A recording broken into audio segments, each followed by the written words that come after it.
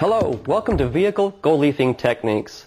My name is Gary Jensen, and I've been pinstriping, lettering, and gold leafing for over 20 years. I want to teach you some top pro tricks, so hey, let's get started. I'd like to start by introducing you to the products most commonly used in gold leafing.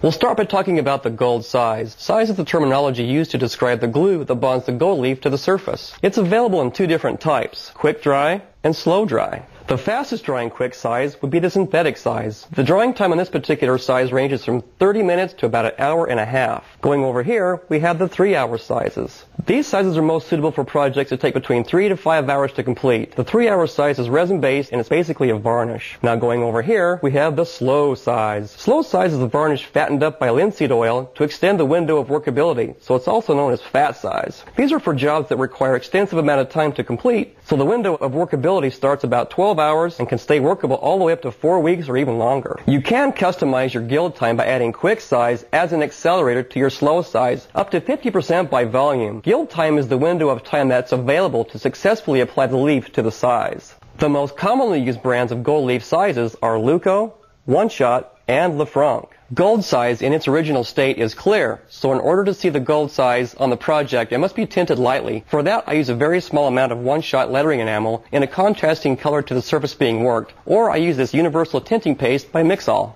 Okay, now let's move on to the gold leaf itself. Gold leaf comes packaged in 3 different varieties. Let's start off with the loose leaf. As the name implies, it's packaged loosely between rubbed paper. It's also very delicate and hard to handle. Next, we'll go to the patent leaf. Patent leaf is lightly attached to this backing paper to make it a lot easier to handle. Okay, last but not least, we have the rolled leaf. Rolled leaf is used for thinner, long line projects. It's available in rolls from 1/4 inch to 3 inches in width and various types of leaf. Now we have the composition leaf. As you can see here, we have imitation gold, aluminum, copper, and variegated. As you can see, the variegated leaf is chemically treated to achieve a brilliant, bright colored effect. Okay, now this funky variegated leaf is available through Coast Airbrush. Variegated leaf is chemically treated to achieve a bright, multi-colored effect. Next, we have the spinning tools, used for engine turning. This is probably the most recognized gold leaf effect. They can either be hand-held or inserted into a variable speed drill. These are made of soft material covered in velvet with a slight dome shape. These particular tools are available through Quill, Hare, and Ferrell.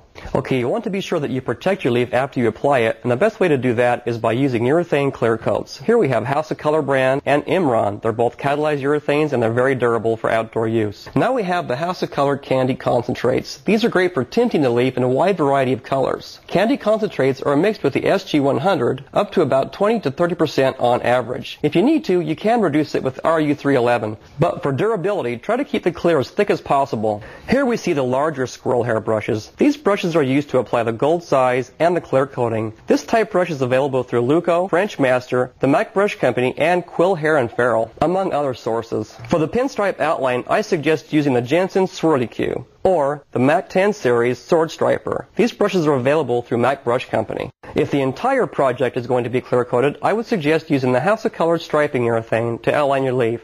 However, if you only need to clear the leaf itself, I would suggest using the one-shot oil-based enamel. It works just fine. The cotton balls will be used to remove any excess leaf and also press the leaf down for better adhesion. Now you want to make sure that the surface you work on is very clean of any contaminants. You want to start off by using a glass cleaner to get off any water-based contaminants. Then switch over to the wax and grease remover to get off any waxes or silicones. And don't forget the tack rag. Don't want any dust there either. Sorrel paper is a handy way to transfer patterns onto the surface. Fine line tape is used to mask off long, straight lines. Okay, this is the most important thing you're going to learn in this video. I'm going to show you the extremes of applying the leaf too soon, just right, and a little too late. Okay, right here, this is the point we reached about 10 minutes after I applied the size. You'll notice I'm getting quite a bit of stick there. I got some product onto my knuckle, and also when you drag your knuckle across it, you're going to see one heck of a smear. That's not good. Let's go ahead and wait 10 more minutes and see what happens. Okay, we waited 10 more minutes. Let's go ahead and give it a test. There's a knuckle test. You can see it's a little tacky, but not quite tacky enough. Let's give it the smear test. We definitely got a good smear there. That's not good. Let's go ahead and wait 10 more minutes and go from there. Okay, just as an example, I'm going to go ahead and apply the leaf while the size is too wet, just to show you what happens when you do that. Okay, you'll notice here that the leaf is very dull, and that's not what you want. Just for fun, I'm going to go ahead and spin this just to show you what happens when you put the gold leaf on the sides while it's still too wet. Not very eye-appealing. This is a great example. What you see right here is called gold blooming. That's where the gold size is a little bit too wet, and it actually drowns the leaf, making it very dull. And as you spin it, the velvet actually dug in past the gold into the gold size, producing a very dull spin. Let's go ahead and wait a few minutes and try it again. Okay, here's a hot tip. What I'm doing here is applying this composition leaf, which is quite a bit thicker than the 23 karat leaf. As you can see what happened here, putting on the 23 karat leaf over that gooier size made it very dull. But composition leaf is quite a bit thicker, so it needs a little bit more gooiness to attach itself to the size. Okay, we're going to give this composition leaf a little bit of a spin here just to see how it works out. After spinning this leaf, I noticed it might be a little bit too wet still. So we're going to go ahead and give it a few more minutes and go from there. It's been another 10 minutes now. We're going to go ahead and give it another knuckle test. You'll notice here we're getting a little bit of a dull finish. We're going to go ahead and try to apply some 23 karat. Let's just see what happens. Okay, we're going to go ahead and tickle it and give it a quick spin. Okay, now we're getting better. You'll notice here we got a much more brilliant spin than we did when the size was too soft. Let's go ahead and give it 10 more minutes and see what happens then. Okay, now it's been about 35 minutes after I've applied the size. Let's give it a quick test. Okay, now we're getting a more pronounced squeak. At this point, it's still a little bit gooey for 23 karat, but we're going to go ahead and apply some more of this composition leaf because it's just about right for a perfect application. Right now, it almost appears like the size is a little bit too dry for this composition leaf. Let's just go ahead and just make sure. Let's go ahead and give it a tickle. If I see any leaf come off the size, I know it's been past its time limit. Right now, we're looking okay. Let's give it a spin. Okay, look how much more brilliant this spin is than when the size was too soft. With the conditions we're working under today, at 35 minutes, this is a great time to add the composition leaf. This will vary according to your heat and humidity in your area. Okay, now it's been 40 minutes. Let's give it the knuckle test. Okay, now we're getting a really good squeak. There's no product onto the knuckle. Let's go ahead and apply some 23 karat and see how it works this time. I'm going to go ahead and tickle that, get rid of some of that excess leaf, and give it a spin. That's much more brilliant, but as you can see right through here, now we're reaching the very critical point. It's almost too late to apply the leaf. Okay, we're getting very close now to the point of no return. We're going to go ahead and apply one more sheet of leaf here, the 23 karat. Pat it down good. We're going to tickle that, give it a burnish, and a quick spin, just to see if we get some brilliance here. We can go just a little bit longer. The reason I did this test immediately after the first is because the gold here was a little bit jagged out of the roll. So what I wanted to do is go ahead and do a complete section here so I can get a great indication of whether the size was too wet or too dry. Right now it's a little bit too wet. Let's give it a few more minutes and go from there. Okay, it's been about 47 minutes. This is drying fairly quickly now since it's a quick drying size. I'm going to go ahead and do my testing a little bit more frequently. I'm going to apply the 23 karat, give it a quick burnish. Notice how it has a little bit more brilliance now that the size is a little bit drier. Let's give it a spin. Notice how much more brilliant this spin is than the previous. It's because the size is just a little bit drier, so it makes a much more brilliant spin. Okay, it's been about 48 minutes now since I've applied the size. Just out of curiosity's sake, I'm going to go ahead and put some composition leaf on here. You'll notice right here that it's obviously a little bit too dry on the size. That's why the composition leaf did not stick. But right now is the optimum time to put on the 23 karat. Let's give it a shot. Now again, this is just a test. That's why I'm applying the leaf vertically. We're going to tickle that. Let's go ahead and give it a couple spins.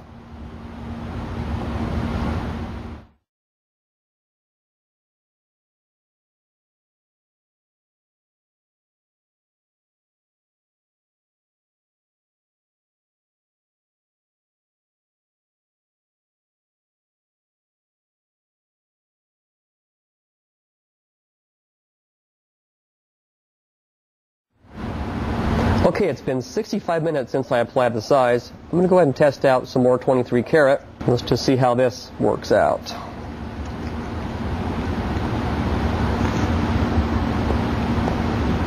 We still got a squeak. We don't have any product. We don't have any smears. We're going to tickle that. What I'm trying to do here is define the best working window. Let's give that a spin. Let's wait a few more minutes and try it again. Okay, now we've reached the 75-minute mark. Let's go ahead and apply some more 23 karat and see how the size affects the gold now. Go ahead and give it a burnish. And a quick spin. Looks good. Let's give it a few more minutes and try it again. Okay, now we're at 88 minutes. Let's go ahead and give it one more test with the 23 karat. We still have some squeak. We don't have any smears, which is good, but it's getting very close to losing its tack. Here again, we use the cotton ball to get rid of some of the excess leaf. Let's give it one spin.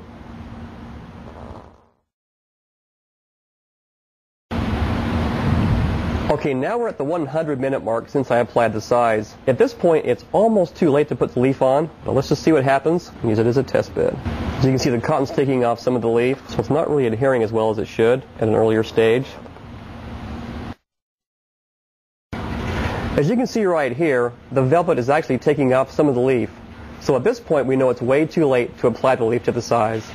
Okay, let's review our test. You can see here, 10 minutes after I applied the size, we got some definite knuckle marks and smears. Definitely not the right time to add the leaf. After 20 minutes, we're getting pretty close, but you can still see some definite smearage. You can see also that the leaf was very dull as I spun it. It was getting very close for composition leaf, but not quite there yet. You can see that a little bit dull on the spin. After 30 minutes, after applying the 23 karat, it's still a little bit on the dull side, but it's getting closer. 35 minutes was a great time to apply the composition leaf. You see we got a great spin, great adhesion, perfect conditions. Right here you'll notice that the leaf was a little bit ratty coming out of the roll, so I made a second pass right next to it just to make sure everything was okay. We're getting close, but not quite there yet. 7 minutes later we got a lot more brilliant spin and better adhesion. 48 minutes on the composition leaf, obviously way too late to apply the leaf. Didn't quite adhere up here. That's definitely a fail. Now we're at the 50-minute mark. This basically is the perfect time to add your gold leaf, especially the 23 karat, to this fast size. As you can see, the spins get a little bit more brilliant as the size dries. After 75 minutes, we're getting pretty close to the point of no return. 88 minutes, now we're getting right close to failure. And of course, after 100 minutes, no adhesion, just basically fail. Okay, what I've done here is graphed this out to show when the optimum window was applying the gold leaf. Under the working conditions we have today, we've established that our optimum working window is about 30 minutes, starting at 50 minutes and ending at about 80 minutes. This, of course, may vary in your area depending on temperature and humidity. One of the most important things in any job is surface prep. We want to make sure we have a very clean surface to work on. What I'm going to do right now is use a glass cleaner to take off any water-based contaminants.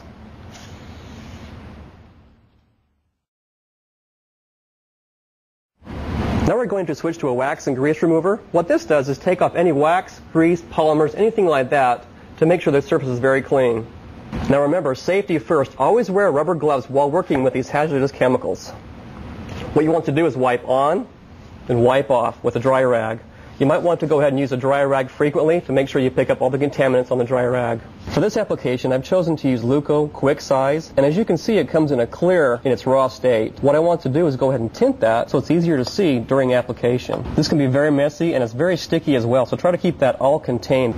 You'll notice the size in the cup. I'm ready to go ahead and tint that now. So what you want to do is make sure that you don't over tint it. You don't want to use very much because that does screw with the integrity of the size. So use just enough tint to make it to where it's visible. You want to make sure that you stir it very, very thoroughly so it dries evenly. Okay, that looks great. Notice how runny this size is. You want to make special attention to the runniness of this because it's going to be a little bit difficult to apply. You don't want to get any runs, so you want to make sure that you evenly distribute the size to the panel. Okay, now I'm dipping the brush into the size. What I want to focus on right now is paletting technique. And if you'll notice, I'm paletting this out as thin as I can possibly get it. You do not want a flood stroke when you apply the size. That looks great. Now let's begin. I've gone ahead and used fine line tape to mask out where I want my stripe to go. Always remember you want to make sure that surface is very free of dust. So here's your tack rag one more time. You can get these tack rags at any local auto body supply store. Then you're ready to put the size on. Okay, now it's time to apply the size. What I want to do is make sure I palette out the size very evenly on a palette, come up to the masked off area, and apply the size. Now notice how I'm doing it right here. A lot of folks like to go ahead and put it on in one stroke like this, but you'll notice it gets very heavy as it bunches up towards the bottom. What I normally do is go back and forth and very evenly displace the varnish. There There again, I've paletted the brush out to where there's hardly any size in there at all. Okay, moving back and forth as to evenly distribute that size the best I can. I want it as thin as possible. I don't want to get any thick or thin spots. As you can see here, this sheet is getting pretty gummed up. So what I want to do is use a brand new sheet, rip that off, and start with a fresh one. That's why I like to use old magazines as my palette. Feathering is basically what I'm after. You never want to go up and down, otherwise you will collect size on the bottom piece of tape. What I'm going to do right now is make a small test patch. We're going to use this to make sure we know when the size is ready to be gilded. This will wipe off later, so don't worry about marring the finish of the vehicle. Okay, using a Stabilo pencil, I'm going to write down what time it was when I completed this little test patch. So right now I know I've got about 1 hour before I can apply the gold. It's a good idea to remove the tape while the size is still wet, so it flows out. Okay, now we're going to go ahead and determine when the size is ready to gild. One way to test that is to give it a knuckle test. Notice that little bit of a tack there. My skin is being tacked on there. This is what's known as a whistle tack. Listen to this. Okay, we're just perfect. You also want to notice whether you're dulling the surface. We're getting very minimal dull. We're good to go. Okay, now I'm ready to go ahead and apply the gold leaf. What I want to do is go ahead and put a piece of tape at the very end, stretch it out, get it lined up with the size, and then apply it. Gold leaf does come in different types, rolled, loose leaf, and patent leaf, and obviously I've chosen to use the rolled leaf on this particular application. Make sure you press down firmly, then bring it off. Okay, that first roll was aluminum leaf. Now we're going with the real stuff, the 23 karat. There again, put your piece of tape at the very end, tack it down good, extend the roll out, and apply pressure. Same process, bring it out, and apply light pressure, just to attach that gold to the size. On larger projects, you just obviously want to go ahead and extend past that. Doing a regular vehicle, you probably want to only do about 2 to 3 feet at a time to make sure it's more manageable. Now, here we go with the burnishing technique. Okay, now it's time to remove the excess leaf. I'm going to do this by using a cotton ball and moving it back and forth and in circular motions. What this does is two different things. It removes the excess leaf, and it also presses the leaf down onto the size for a more firmer grip. As you can see, we have a lot of sticking going on. That's indigenous to high humidity. So what we're going to do to fix that problem, I've got a rag full of wax and grease remover, not very saturated, just a little bit. What we're going to do is just use that to take off any of that excess. One more pass right there. Well, I guess right now we're going to just move right on to the burnishing technique. Okay, now we're ready to do the engine turning technique, and what I'm doing here is I'm working on composition leaf, and that is a little bit thicker leaf than the 23 karat leaf, so I need something a little bit more coarse to do the burnishing with. Believe it or not, a regular blue shop towel will work just fine. It's just coarse enough to get a great burnish. What I've done is taken a cotton ball and put it inside the rag, wrapped it around, and taped it to get a nice little round shape, just right for burnishing. What I want to do is push down right in the middle, press fairly firmly, I want the circles to barely connect, and overlapping, half a twist to a quarter twist. And you don't want to slide as you spin. You want to pivot right in the middle. Also, pay close attention to the measurements of the circles. You want them to touch and not overlap. Most purists would probably take a look at this and really freak out, but hey, the results are great. Great. Okay, with this 23 karat leaf, it's a lot softer, so if I were to use that blue shop towel, I would just tear this leaf apart. So what I've got here is a little spin-it tool made by Quill, Hare, and Farrell, covered in velvet. This will be just great for getting a nice spin. I want to push down, 1/4 twist. I want to make sure I try to get that lined up right dead center in the middle of that stripe. Touch the circle, 1/4 twist. Sometimes, if you go a half spin or more, you take a chance on scoring the leaf right down to the metal or the painted surface, which is very unpleasant to look at. So let's try to avoid that. You can do that best by just sticking with the 1/4 spin technique. Looks great. Now what I'm going to do is do a checkerboard effect. What I've done is taken some clear acetate, 3 mil, and cut out a square. What I'm going to do here is just take and place that down evenly with the stripe, and I want to burnish horizontally. I'll pick that up, place it right next to the other square, go vertically, and just repeat this process over and over until you reach the end of the stripe. This does take a lot longer than regular engine turning, but it's got a very unique look to it, and people will ask, how did he do that? You could make a stencil with multiple squares in it. What happens there is sometimes you get a little bit off on the measurements and they don't line up, so it's best just to use the single. This is very tedious work, but I think it's well worth the time because it is a very different effect. What I'm going to do here is basically duplicate the other 23 karat gold bun stripe, but what I want to do differently on this one is after I get through spinning it, I'm going to add some House of Color candy concentrates to this particular stripe. What that's going to do is kind of set this back a touch and make it so it's not quite so bright, plus you can add colors and really tint the gold leaf. It's a really cool effect, and I can't wait to give it a shot. Wow, that's beautiful. Right now what I want to do is go ahead and mix up some candy concentrates. I want to do a special effect on the gold leaf, basically by spraying some candy concentrates on it. You get a really cool effect that way. But for right now, let's go ahead and mix this up correctly. What I want to do is get some of this SG100. It's basically a polyester-based base clear. I want to go ahead and mix some of this candy concentrate by House of Color. This is the Oriental Blue.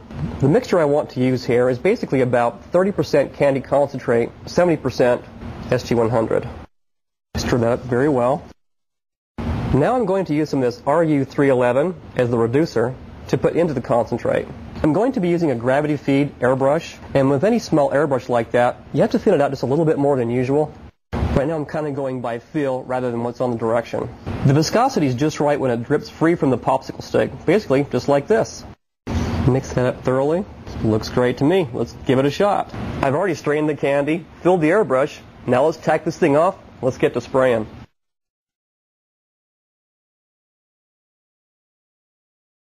Okay, what I want to do here is basically give us a little bit of a test pattern right here. It's easier to start out light and heavy up as you go. It's much harder to go in reverse. Let's go ahead and just spray a light coat. Try to keep it as even as possible. And there again, like I said, lighter to darker. I'm going to give this one more coat now. Like I said, be very even. And this is going to get darker with each pass you make. Now, when you unmask this, you're going to be surprised. It'll be about 20% darker than what you thought. Okay, now it's time to unmask.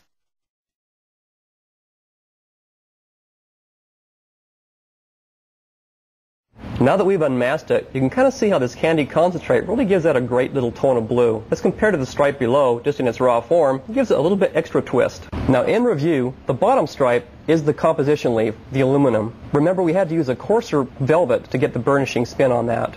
The second line is the checkerboard effect, where we use the acetate cut into a small square. The third line is basically the 23 karat leaf spun with velvet. And of course, last but not least is the 23 karat engine turn technique with some candy concentrate sprayed on top of that for a really cool twist. For this project, we're going to be doing a prismatic star out of 23 karat gold leaf using an acetate stencil to control where we burnish. What we're going to do now is apply the size inside this computer-generated mask. And what you want to do is make sure that you apply the size very evenly. You don't want to overlap and rework brush strokes. If you do that, the size will be more uneven in spots. Basically, it'll be overworked and it will dry uneven. One thing about computer-generated masks is if you aim your brush right towards the break in the mask, you're going to collect a lot of size buildup. So what you want to do is make sure that you scoop all that out. If you see any dust specks plop into the size, like this one right here, make sure you just use the corner of your brush and remove it and try to patch up that size. Now we are using a quick size on this particular project, so what I want to do is go ahead and brush on a small amount of size off away from the project, and what this will be used for is to determine when the size will be ready for gilding. Now when this tacks up, we'll know because we're going to run our knuckle across it, and if it squeaks, we'll know it's ready to go. At this point, you want to remove the mask. Make sure you do it kind of slowly and keep an eye to make sure you don't really lift up any of the size. And also, you want to pay close attention that you don't let any of this mask drape over onto the project because it might score the size and affect the leaf application. Now it's time to add the leaf to the project. So what you want to do is kind of line the gold leaf up the best way you can. Put your finger down and roll it up. This is patent leaf, so there again, it's going to come off in sections.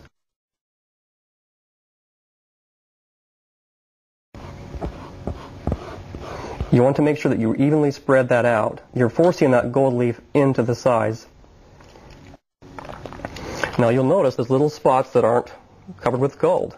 So you go back up, push it down, you're good to go. There's one more here as well. So what you want to do is find some gold, position it, push it down. Okay, now it's time to go ahead and remove the excess leaf. And what you want to do is take the cotton ball and go in a slight circular motion here and remove off any of that excess leaf. This is also known as tickling. What it does is it gives the gold a burnish. Okay, that cleaned up quite nice. Now you're ready to burnish. Okay, now it's time to add the prismatic effect to the project here. And what I've got is a pre-cut stencil that I've made up earlier. We're going to place that into position, and we're going to burnish this particular effect straight up and down.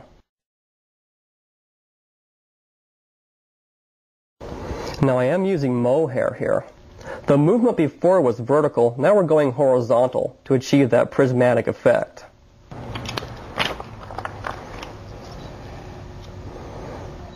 Now we're going to keep placing this stencil. It lines up perfectly. Now we're going to go straight up again.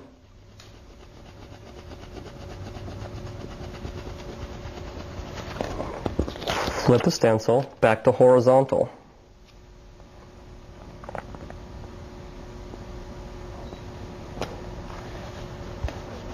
As you can see, we're getting the prismatic effect happening quite rapidly.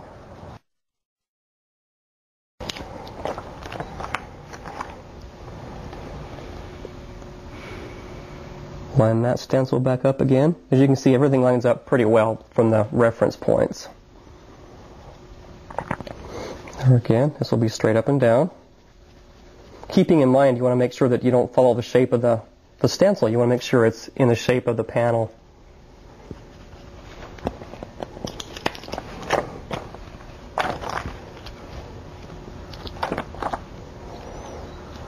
Line that back up again. Going back to horizontal. There again, it's very easy to try to follow the shape of that pattern. There again, make sure everything's lined up.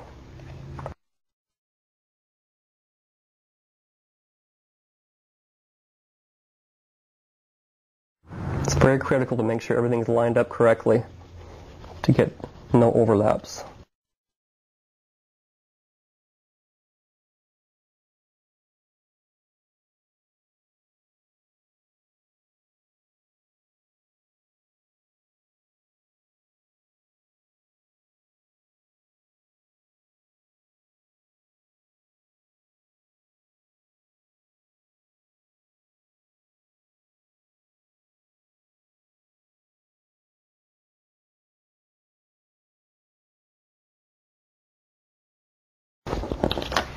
And that's completed.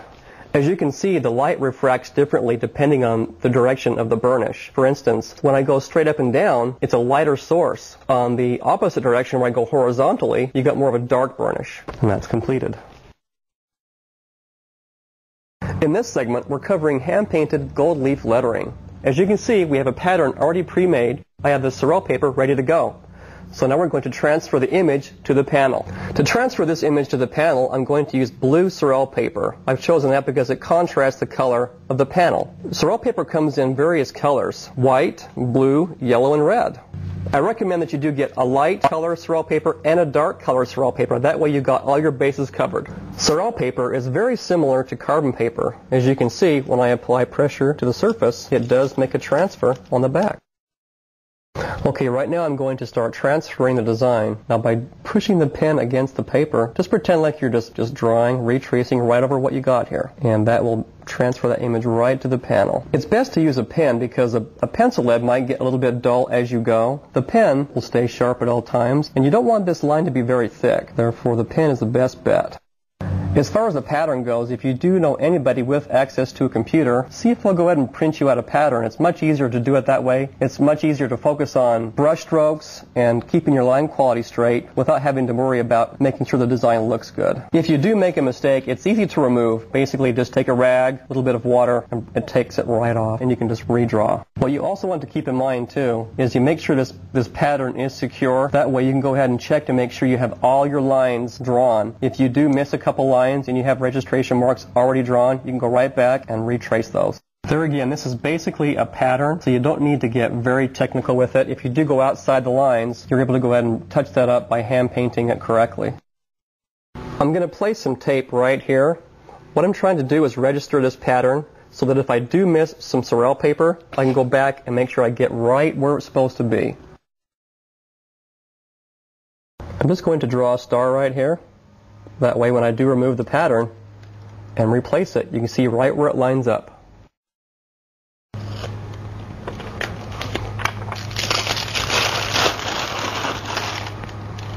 Upon looking at this, everything looks pretty good, so it's time to move on. Now I'd like to introduce you to hand lettering in a Goldleaf technique. Okay, we're going to be using a tack rag to take off any of the dust that's on the panel, because the dust will affect the Goldleaf application. You can purchase your tack rag any place they sell paint. I buy mine at my local auto body supply store. Make sure you get all the dust off. Now you're ready to go.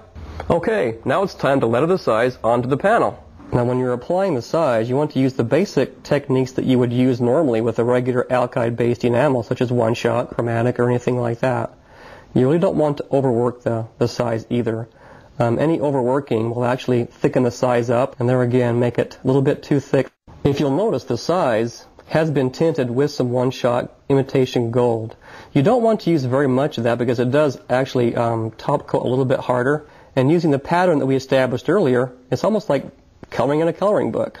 Try to do as thick a stroke as possible as opposed to outlining and then filling in the blanks. So use as much of that brush as possible and really thin out that gold size. The brush that I'm using is a brown squirrel hair brush available through Luco Brush Company. You can also use a MAC, Cosmos, or any other high quality brush. The brush size that I'm using here is about a number 10. You don't want to really get it too big of a brush because you'll really fight trying to stay within the lines. And too small of a brush, you'll get too many brush strokes. So you really got to be careful in choice of the selection of the brush. What you could also do is if you have somebody that has access to a computer and a vinyl making machine, have them make you a Gerber mask stencil of this. So what you could do is actually apply the stencil down, remove the lettering itself, then apply this within, then pull the masking off if you're not really too sure about your lettering techniques. To spray it, the ratio that you should use is actually just barely enough viscosity to get out of the airbrush tip. If you get too much reducer, it dries too slow. It's best to use this size right out of the can. If you do have to thin it out for any reason, it's best to use mineral spirits for that. But there again, when you do thin it out, it does dry a little bit slower. And also the tack won't be as strong, and that's the most important thing, is a very strong tack to make sure that for outdoor applications you get a good bond. That's why I think it's very important that if you do have access to a computer, you already have the outline established for you so you can concentrate more on size application.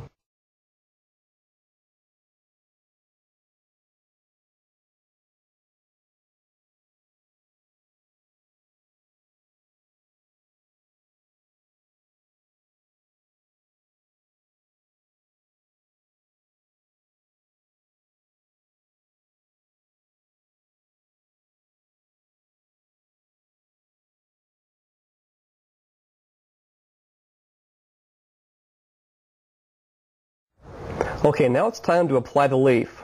What we're going to do here is quickly test the size just to make sure it's ready. Hear that squeak? We're good to go. What we want to do is try to make sure you get most of the letter covered with the biggest portion of leaf possible to avoid any laps or creases. As you can see, we have extra spots up here that need to be covered. We'll just take this patent leaf, go up here, and piece those in. I would say the patent leaf is the most user-friendly leaf. Whenever possible, make sure you purchase the patent leaf. What you want to do is make sure you put a slight overlap in there just to make sure that everything is covered. By using the 23 karat, it's a lot softer metal, so if you do get seams or overlaps, the metal is so soft that it will actually melt into place, hiding the seams. Right now I'm just inspecting it just to make sure everything is covered, because you don't want any exposed leaf. And one thing you also want to keep in mind too is you do not want this paper to touch any of the sides, because if that does happen, you will have a dulling finish there. The gold will look different in that area. Okay, it looks kind of rough right now, so let's go ahead and remove some of that excess leaf. I achieved that by using this cotton ball in a circular motion, and this takes off any of the leaf that's not sticking to the sides. As you can see, we do have some sticking. That's this portion right here. What that is caused by is high humidity, which we do have a lot of that today. I'm not using very much pressure at all. What you do not want to do is score the leaf. You want to go ahead and give it a nice burnish, which we have right now. So what we're going to do is move on to a spin. At this point, we're ready to go ahead and do the engine turning technique. So what you want to do is make sure that you position the center of the spin it tool right in the center of the letter. All it needs is 1/4 turn, bring it up, and make sure that these little circles just touch each other. You don't want much of an overlap there. If you'll notice, 1/4 turn, make sure that the outside diameter of the circles touch each other, then continue. There again, you don't want to put too much pressure down either, because you're going to score right through the leaf. So pay very close attention to the pressure that you're applying to the spin it tool. You don't have that problem. The tools that I'm using here are by Quill, Hare, and Ferrell. They're covered with velvet. They're all handmade tools. They have a slight dome shape to them, so in other words, they're not a 90-degree angle. So most tools you'll find have a direct 90-degree angle, so when you go to do the engine turning, you'll actually walk the tool. With this dome shape, it'll actually find a pivot point and make it a lot easier to get a perfect spin. And don't deviate from that. Just 1/4 spin and you're good to go. Position these spins to where the outside of the circles always touch each other. It's not very necessary to always overlap or get too carried away there.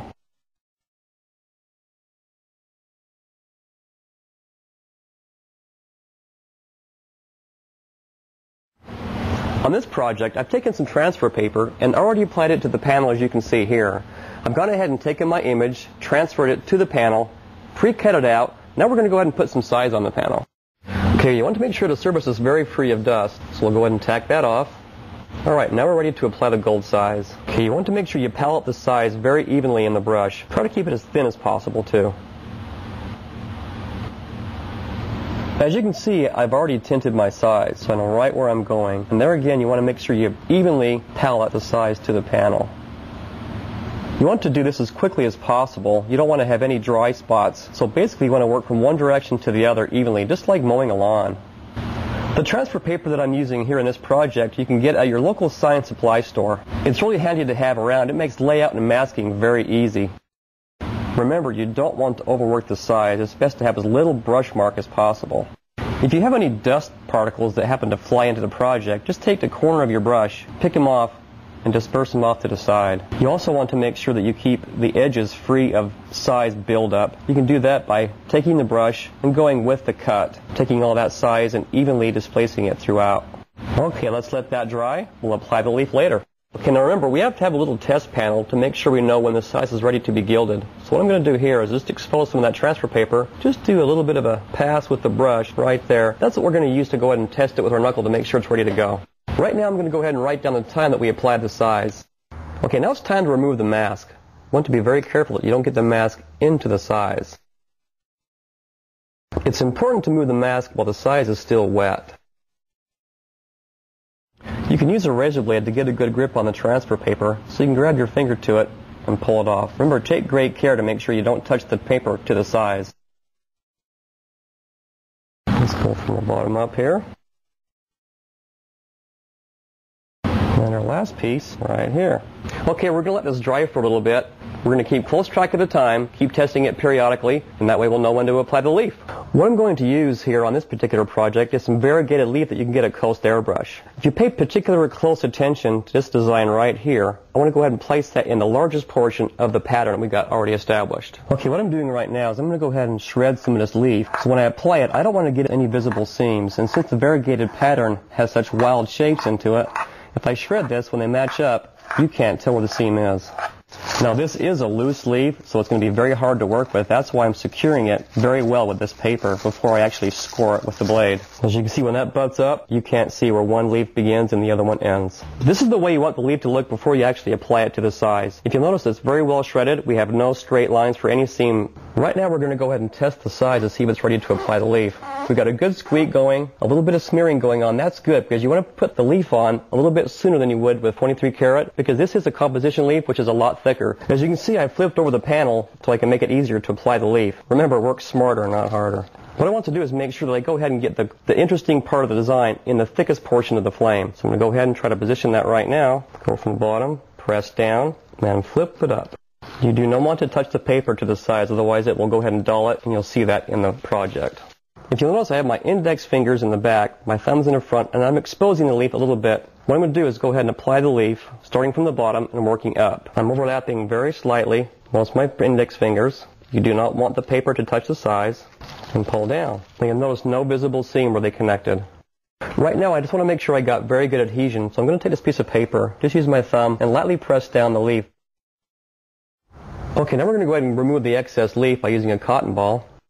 Best to go in circular motions, back and forth, whatever it takes to get that excess leaf off. This is composition leaf. It's quite a bit thicker than the 23 karat, so we can get a little more rough with it. I've used the most interesting pattern in the leaf on the thickest part of the design. And also notice there's no visible seams because we did shred the leaf. Let's clean this up a little bit now. We're going to go back in here with a rag and just wipe that off. As you can see, the wax and grease remover is just strong enough to take that off without marring the surface. Okay, now it's time to clear coat the leaf. Right now we're going to use a tack rag to get off any remaining leaf so we don't get that in the clear. It is important to protect the leaf, so right now we're going to go ahead and use some Hasse-color clear. Right here I've used 4 parts of UC3 striping clear to 1 part KU200 catalyst. Notice the consistency. You don't want it too runny because it has to be durable, but yet still palatable. Okay, I've paleted the clear. Now I'm ready to apply it. What you want to do is make sure you stay just inside the lines. Try to keep everything nice and even. It's best to work from one direction to the other to avoid brush marks. There again, try to work on the larger areas first to evenly displace the clear. We're going to keep paleting the brush to make sure we keep that clear nice and thin. We don't want to have it too thick because we want to avoid brush marks. And try to keep as thick as strokes as possible for nice, even brush marking. Another trick also is to feather away from the direction that you're going, to really feather out that clear. That avoids glopping as well. So for instance, if I'm moving down on the project, I want to always brush up and away, like this. Now all Goldleaf projects should be cleared for durability, otherwise they will tarnish or come off the project. I suggest using an automotive-based catalyzed clear or urethane clear. The brush that I'm using right here is a brown-haired squirrel brush that's available through Luco. It is a number 10 in size. The brown hair brushes are a little bit softer than the gray hairs, so that's what I would suggest for all clear coating. What I'm doing right now is making sure I got complete coverage of the clear. As you get in the light just right, you can see if you missed any area at all. Looks like we're doing okay. We're going to go ahead and give this clear coat about 2 hours to dry. I'd like to thank Tom Pruitt of Damon's Motorcycle Creations for supplying us with this beautiful tank for our next project. We'll be working on this beautiful pearl base that he's provided, but first we have to go ahead and color sand it because the entire project will be automotive clear coated. Okay, right now I'm going to go ahead and sand the project with 600 grit sandpaper because the whole entire project will be clear coated. You'll know when you're done when the whole surface is uniformly dull. This is also a great way to get out any dust specks or imperfections in the clear. We're going to go ahead and wipe this down, dry it up a bit, just to inspect it to see if we have any shiny areas that we might have missed. Now that I've sanded and dulled the tank, I'm going to apply the mascot paper.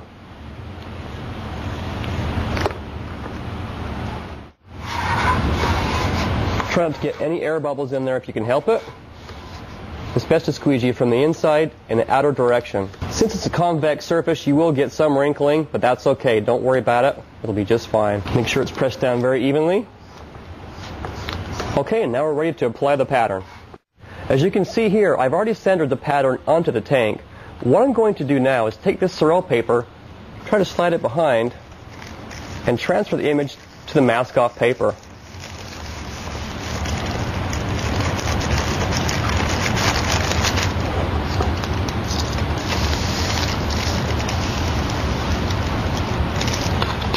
Now all we have to do is just start tracing.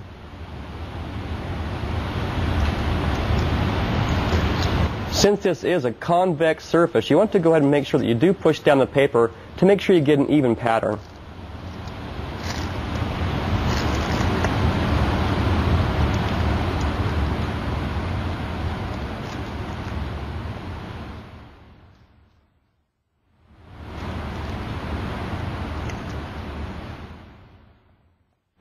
Okay, now what I want to do is go ahead and make a registration mark about right here. What this does is it gives me a chance to put the pattern right back exactly where it was, just in case I missed any of the Sorel paper.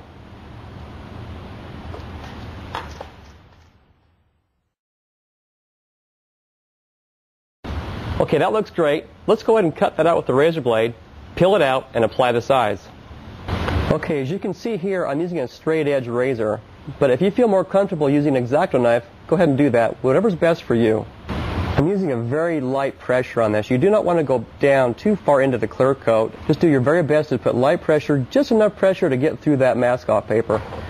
You get your best results by always having a brand new blade on hand. And if you'll notice, I have my guide finger a lot further back on the blade, as not to put too much tension at the very front. Right here I'm using my fingernail to pull on that, just to make sure I did cut it. Okay, that was the last cut. We're going to go ahead and take the razor blade, lift the corner of that masking paper, and pull it up. You want to go kind of slowly, just in case you missed any spots with the razor blade, that you don't tear the paper. You always want to make sure that you pull away from the cut as well, not into the pattern.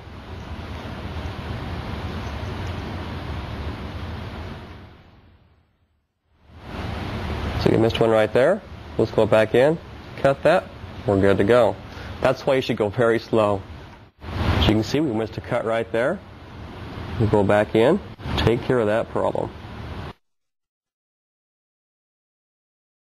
There again, that's why you want to go very slow. Looks like we have another one. On these more intricate designs, you're going to run across this quite frequently. So just go very slow, methodically. You'll be okay. Alright, now we're ready to go ahead and tack that off and apply the gold sides. Okay, now it's time to go ahead and tack off the project. But before I do, I'm going to go ahead and pay special attention to make sure I press down any of these little cracks that have cropped up, just so the size doesn't crawl underneath. One thing also to mention, that these little points right here, I always want to go ahead and tack in the direction of the point. Otherwise, if I go in this direction, it will peel the masking paper back off. So always go in the direction of the point.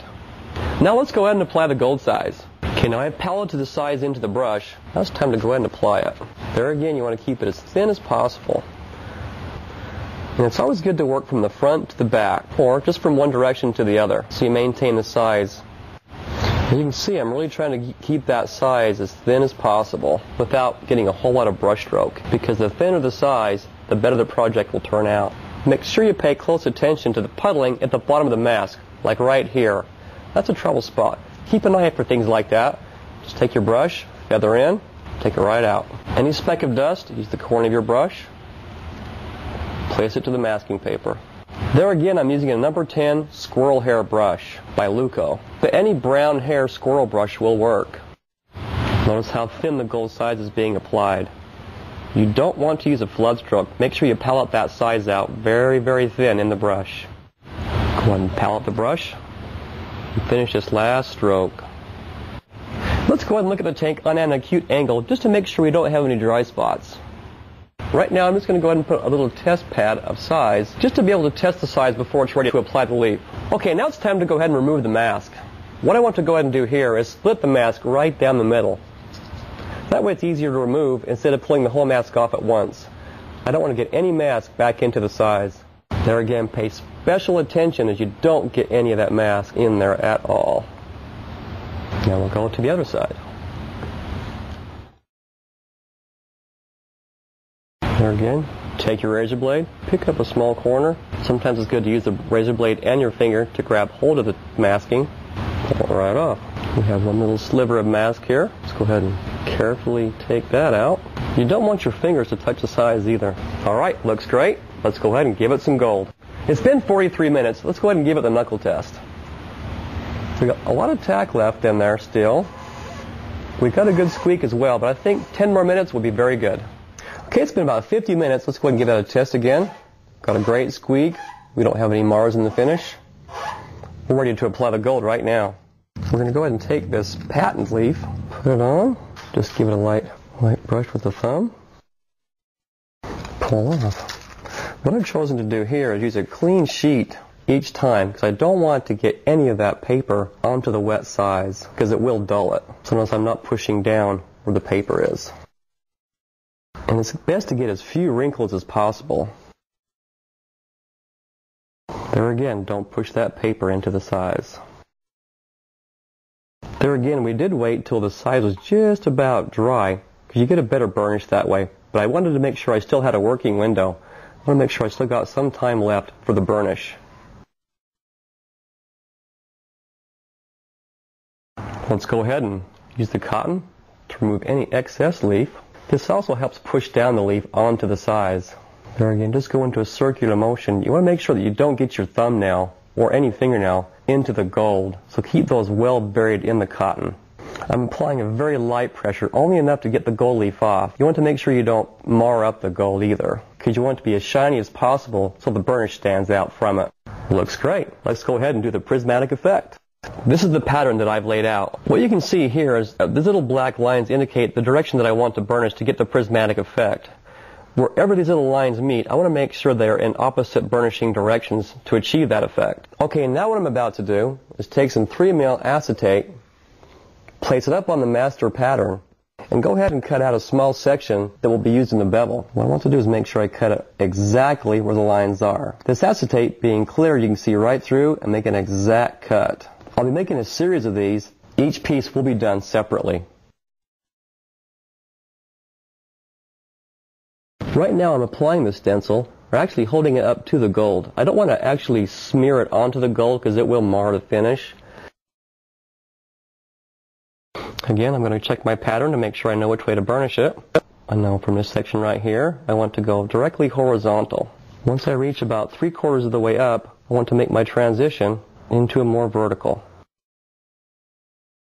Okay, right now I'm just going to line this up the best I can.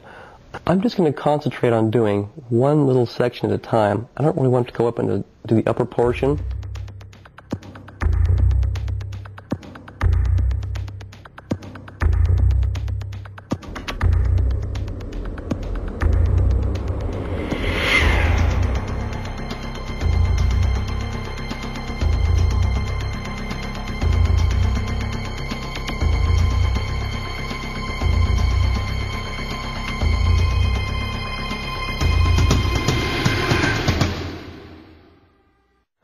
I'm going to burnish this in a horizontal direction.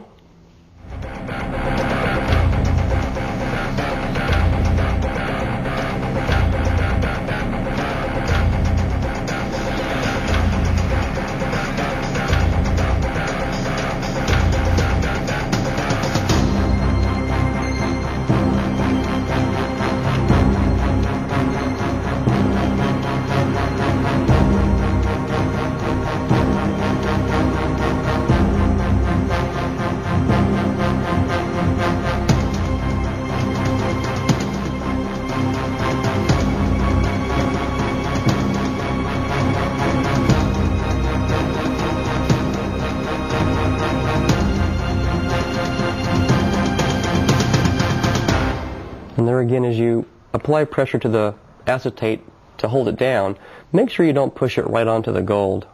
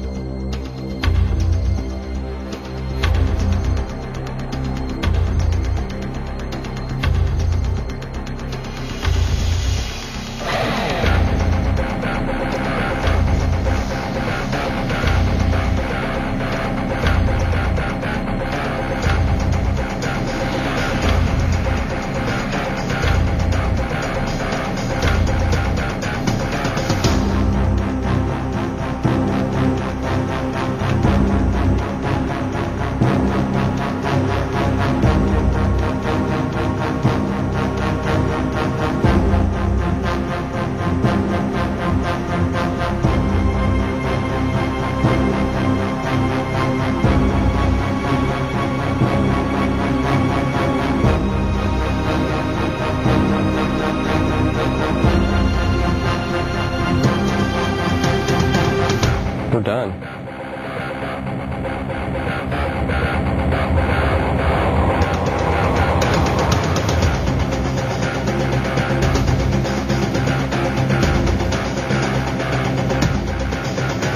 Wow. Since pinstriping and clear coating go beyond the scope of this video, you can learn more on these subjects by visiting our website at www.airbrushaction.com. I hope you learned a lot and enjoyed this presentation. Thank you for watching.